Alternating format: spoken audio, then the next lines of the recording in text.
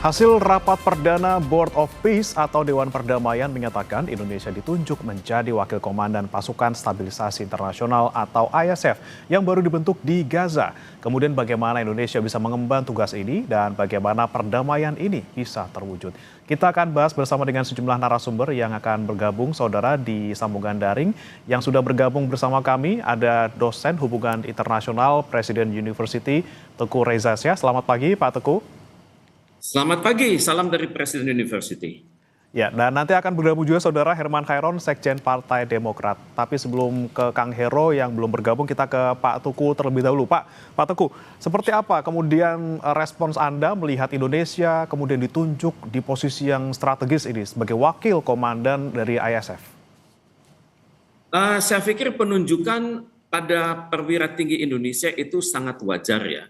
Karena reputasi Indonesia yang sudah mengglobal, kita sudah terlibat dalam banyak sekali misi-misi peacekeeping operation di seluruh dunia dari tahun 50-an sampai hari ini. Dan kualitas peacekeeping operation Indonesia itu luar biasa. Mereka sangat terlatih, sudah dilatih lama di Sentul. Kemudian mereka juga sangat memahami hukum internasional. Mereka sangat memahami budaya lokal dan mereka mampu berinteraksi secara lintas budaya.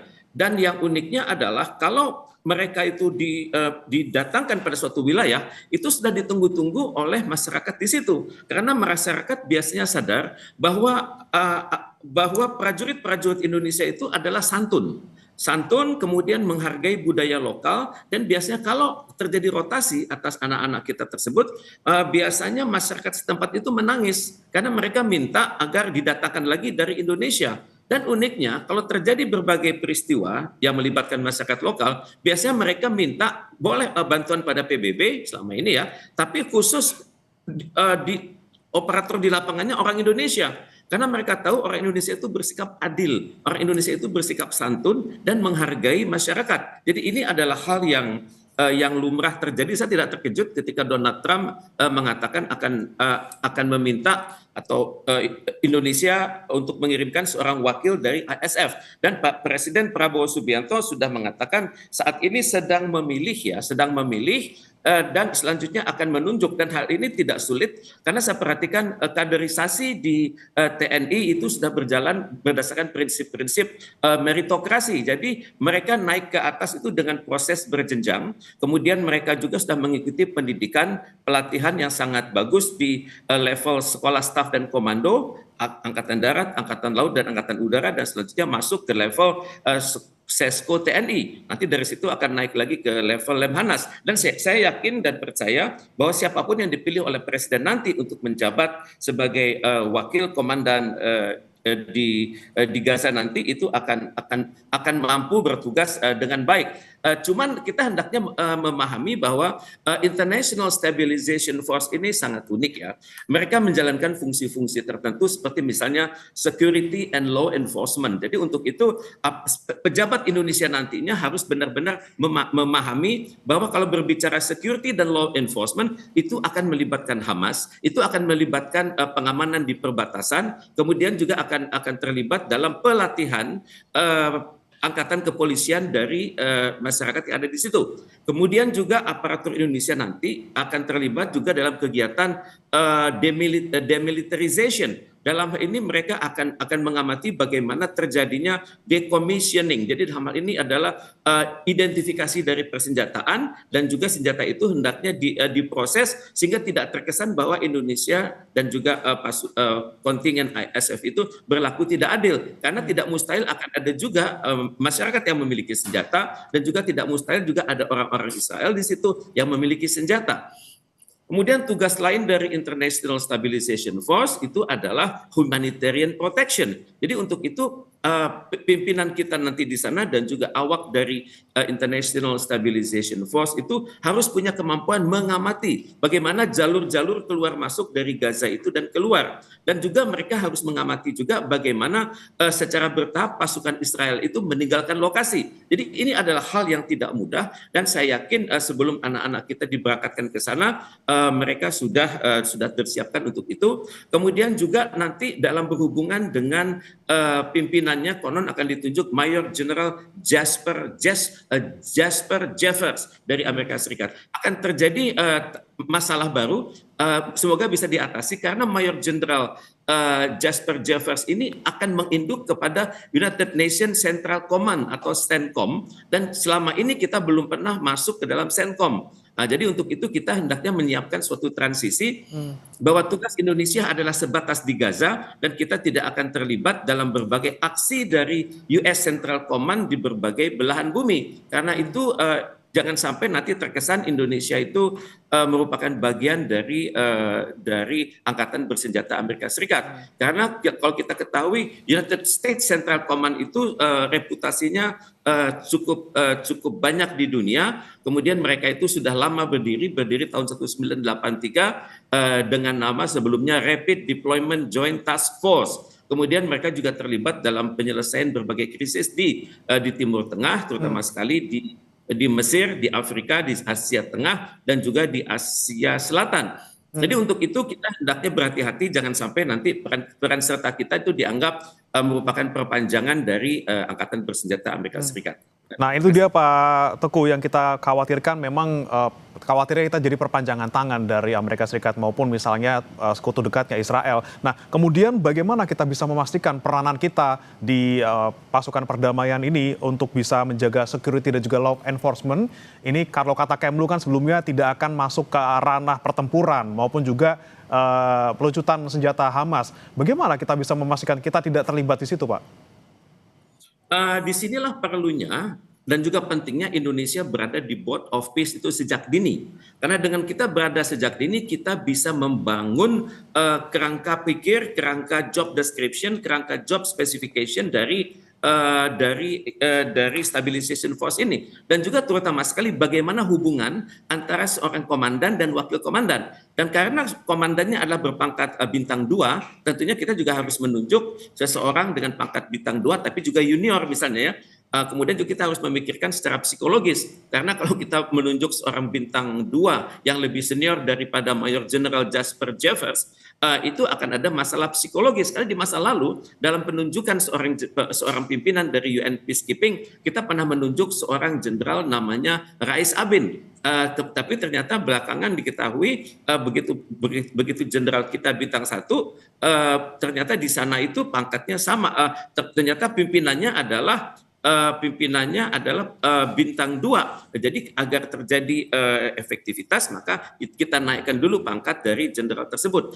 Kemudian kita juga pernah punya pengalaman dengan Jenderal Hasnan Habib yang menangani hal-hal ini, dan biasanya kalau pimpinan dari Indonesia yang bertugas di sana itu urusan-urusan kepangkatan itu sudah beres di sana. Kemudian urusan pengetahuan atas struktur organisasi itu juga sudah jelas. Kemudian juga aturan-aturan dalam berhubungan dengan tokoh Amerika Serikat ini, dan juga bagaimana cara tidak berhubungan nanti dengan CENTCOM. Karena jangan sampai nanti, kan nggak lucu, jenderal kita hormatnya kepada Panglima dari CENTCOM itu bintang 4 dari Amerika Serikat, dari Angkatan Laut bintang 4 ya. Jadi tentunya hal-hal yang pakewu seperti ini hendaknya kita perhatikan. Jadi saya pikir seorang jenderal dari Indonesia cukup menjalankan fungsi-fungsi wakil, kemudian tapi memiliki kemampuan berinteraksi dengan Amerika Serikat. Dan untuk itu kan saya pikir tadi Pak Presiden mengatakan akan dipilih. Tentunya tidak sulit memilih, karena selama ini saya perhatikan jenderal-jenderal di Indonesia itu sudah terbiasa mengikuti program-program pelatihan di Amerika Serikat. Misalnya di Fort, namanya Fort ya, Fort Leavenworth, Fort Bragg. Kemudian itu sudah biasa kita perhatikan misalnya di masa lalu. Pak Prabowo sendiri pernah berlatih di Pangkalan Amerika Serikat, kemudian Presiden Susilo Bambang Yudhoyono pernah juga berlatih di sana, dan biasanya perwira Indonesia kalau berlatih di luar negeri itu rankingnya selalu tinggi, karena memang kita memilih prajurit-prajurit dan juga perwira-perwira yang sangat berkualitas, karena mereka membawa nama baik bangsa Indonesia. Jadi saya tidak kaget kalau nanti ada wakil komandan dari Indonesia itu akan berperan sangat aktif dalam berbagai forum-forum internasional di lingkungan International Stabilization Force dan juga di lingkungan PBB selanjutnya. Menunjukkan komandan yang pas ini juga harus diperhatikan tentunya untuk tadi menjaga keseimbangan antara komandan juga wakil komandan di ISF. Sudah bergabung bersama kami Sekjen Partai Demokrat Herman Hairon. Selamat pagi Kang Hero. Selamat pagi. Ya, Kang Hero, tadi kita sudah bahas terkait bagaimana peran dari Indonesia nantinya ketika kita sudah menjadi nih wakil komandan dari ISF. Kalau menurut Anda sebagai partai pendukung pemerintah, seperti apa penunjukan Indonesia ini? Ya, saya kira ini sebuah penghargaan dan diplomasi yang luar biasa. Pak Prabowo tentu memiliki sesuatu atau strategi hubungan luar negeri yang baik. Tentu dengan dasar bahwa kita memiliki politik bebas aktif dan terus menjalin hubungan baik. Dan ini adalah sebuah komitmen ya, bahwa kita bisa menunjukkan bukan hanya pada tataran diplomasi, tapi dengan kesiapan Pak Prabowo dengan 8.000 personil, bahwa ini adalah komitmen pasukan perdamaian, both on ground, yang menurut saya bisa menunjukkan bahwa Indonesia tidak hanya berbicara, tetapi juga menunjukkan kesiapannya. Bahkan ini merupakan wujud terhadap keinginan Indonesia yang ditunjukkan oleh Presiden Prabowo Subianto sebagai bagian dari solusi dua negara. Kalau tentu nanti ke depan pasukan ini bisa menjaga perdamaian dan pada akhirnya kemudian bisa mewujudkan dua negara yang merupakan solusi terbaik dari Palestina, tentu ini juga akan menjadi sebuah perjalanan sejarah. Kemudian juga ini adalah merupakan bagian kepercayaan dari berbagai negara, ya, terutama Amerika, yang saya kira Pak Prabowo karena pernah lama juga di Amerika, tahu bagaimana sesungguhnya memimpin sebuah pasukan perdamaian, dan Indonesia punya pengalaman panjang lah untuk itu. Dan pada akhirnya ini kan juga akan menjadi langkah penting ya, proses diplomasi yang tentu dengan ditunjukkan dengan sebuah nilai-nilai yang bisa ditunjukkan kepada negara lain. Dan ini akan menurut saya akan menjadi kekuatan penting Indonesia ke depan. Ya, oke. Kang Hero, ini yang jadi pertanyaan kami juga. Ini kan Kementerian Luar Negeri dari tanggal 15 Februari sudah menegaskan bahwa Indonesia tidak akan pernah terlibat dalam pertempuran maupun juga demilitarisasi Hamas seperti itu. Tapi dengan peran Indonesia sekarang sebagai wakil komandan dari ISF, kemudian bagaimana kita bisa tidak terlibat kalau kita saja sudah jadi wakil komandan ya seperti itu? Ya kan ini kan sudah satu board ya. Artinya kan menurut saya ini sebuah proses ya, sebuah proses transisi. Jadi dan dengan bagian penting di dalam proses transisi dan menjadi wakil komandan di pasukan perdamaian ini, saya yakin punya cara lah. Punya cara bagaimana pendekatan-pendekatan penting antar kedua negara, diplomasi yang panjang tentu harus diteruskan, dan tentu pada akhirnya ya kita bisa menciptakan perdamaian di sana. Ya kita lihat saja, dan saya meyakini Presiden Prabowo akan punya kemampuan untuk sampai ke arah perdamaian itu. Baik. Pertanyaan yang sama saya tujukan ke Pak Teguh. Pak Teguh, kita sebagai wakil, posisi kita strategis di samping dari komandan dari ISF.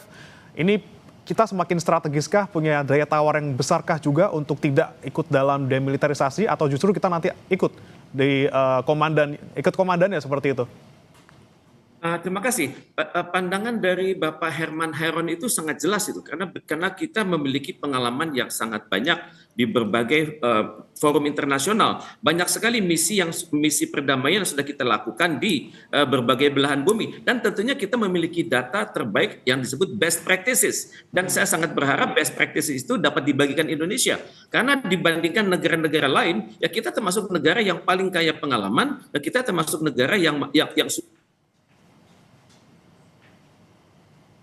sudah teruji dan terverifikasi sekaligus. Jadi untuk itu memang perlu konsultasi dengan semua anggota Board of Peace ya, sehingga tidak terkesan bahwa Indonesia itu melangkah di luar koridor berlaku di Board of Peace. Jadi dengan keberadaan Pak Prabowo di dalam Board of Peace, dengan pengalamannya yang sangat tinggi, dan juga beliau alumnus dari berbagai pelatihan militer Amerika Serikat, saya pikir tidak sulit bagi Indonesia untuk mendapatkan praktek terbaik, karena banyak sekali namanya misalnya TASCAP, misalnya tugas-tugas akhir dari aparatur militer dari seluruh dunia yang bertugas di Amerika Serikat. Jadi Pak Prabowo punya kelebihan, beliau bisa mengkombinasikan lembaga-lembaga pelatihan yang ada di Indonesia, di Asia Pasifik, di Asia Afrika, dan juga lembaga yang ada di Amerika Serikat. Jadi saya yakin nanti ide-ide yang datang dari presiden kita itu dapat dikatakan lebih unggul dan lebih teruji daripada ide-ide yang datang dari negara-negara lain.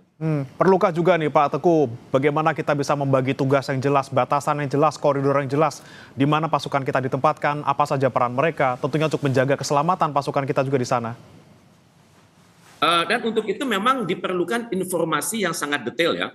Jadi kita bisa dalam kedudukan kita sebagai Board of Peace, dalam kedudukan kita sebagai wakil komandan, ya tentunya kita berhak mendapatkan data-data intelijen yang selama ini tidak kita miliki. Mungkin data-data intelijen yang kita peroleh ini kualitasnya akan ada lebih tinggi daripada data-data intelijen yang berada di media massa ataupun berada di kalangan atas pertahanan di Timur Tengah. Karena biasanya intelijen Amerika Serikat itu sangat baik, memiliki teknologi remote sensing yang sangat baik dan teruji di lapangan. Dan ini adalah suatu alih teknologi yang sangat bagus dari Amerika Serikat kepada anak-anak kita. Saya nyebut anak-anak karena pada saat Pak Prabowo berbicara bulan Oktober silam, beliau menggunakan kata our sons and daughters. Jadi anak-anak kita ini saya yakin akan sangat banyak mendapatkan pengalaman di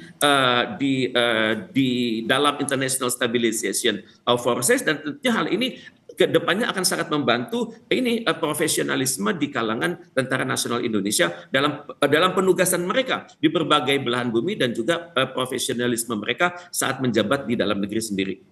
Baik, informasi intelijen sebagai wakil komandan ISF tentunya akan didapatkan Indonesia, tapi saya mau ke Kang Hero dengan kita sebagai wakil lagi-lagi gitu ya, dengan banyaknya informasi intelijen yang bisa kita terima, kemudian juga bisa memastikan posisi-posisi kita di mana saja, batasan-batasan kita di mana saja. Ini bagaimana kita bisa menjamin keselamatan pasukan kita di sana, Kang Hero? Ya, kita bisa melihat dulu ya dari sebuah tujuan bahwa apa yang hari ini diberikan kepercayaan kepada Indonesia ini merupakan keberhasilan dalam penguatan soft power dan kepemimpinan global. Ini dulu yang penting.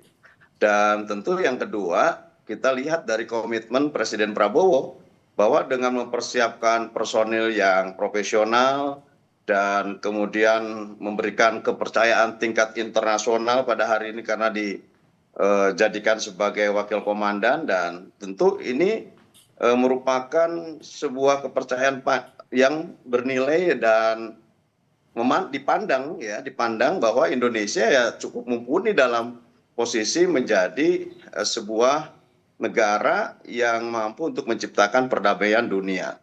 Peran aktif ini tentu akan memperkuat posisi Indonesia dalam forum-forum multilateral lainnya, termasuk menurut saya dalam upaya bagaimana mereformasi Dewan Keamanan PBB di masa depan.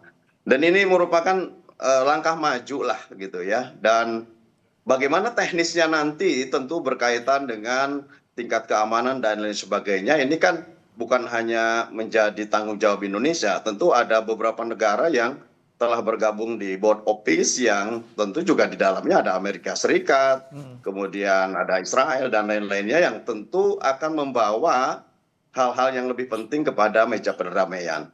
Dan kita berharap bahwa dengan adanya pasukan perdamaian ini bukan berarti kemudian kita terjun dalam sebuah konflik peperangan, tetapi justru dengan adanya ini adalah merupakan transisi pemerintahan menuju kepada pemerintahan yang teknokratis dan berjalan dengan damai, dan pada akhirnya kita bisa mewujudkan two-state solution.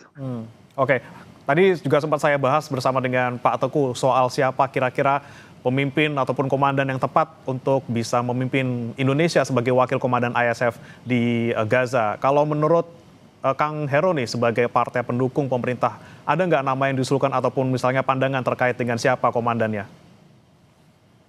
Saya kira banyak pilihan ya, dan tentu kalau melihat dari perjalanan sejarah, Pak SBY sendiri pernah menjadi komandan pasukan perdamaian di beberapa negara yang saya kira dari pengalaman-pengalaman panjang kemudian bisa didiskusikan dengan Pak Prabowo yang juga punya pengalaman panjang di dalam dunia militer dan bisa menilai sesungguhnya siapa. Tentu ini kita serahkan saja profesionalitas kepada pimpinan negara ini untuk menunjuk siapa yang tepat untuk bisa memimpin pasukan perdamaian dari Indonesia dan tentu akhirnya ini bisa mewujudkan misi negara bersama dengan negara-negara lainnya yang pada akhirnya bisa menciptakan perdamaian dunia.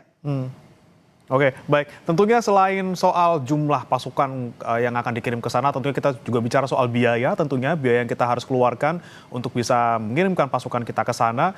Bagaimana kemudian dari Partai Demokrat melihat kemampuan kita sebagai sebuah negara di Indonesia yang mungkin punya fiskal yang sedang terjepit juga sekarang. Bagaimana Kang Hero melihatnya?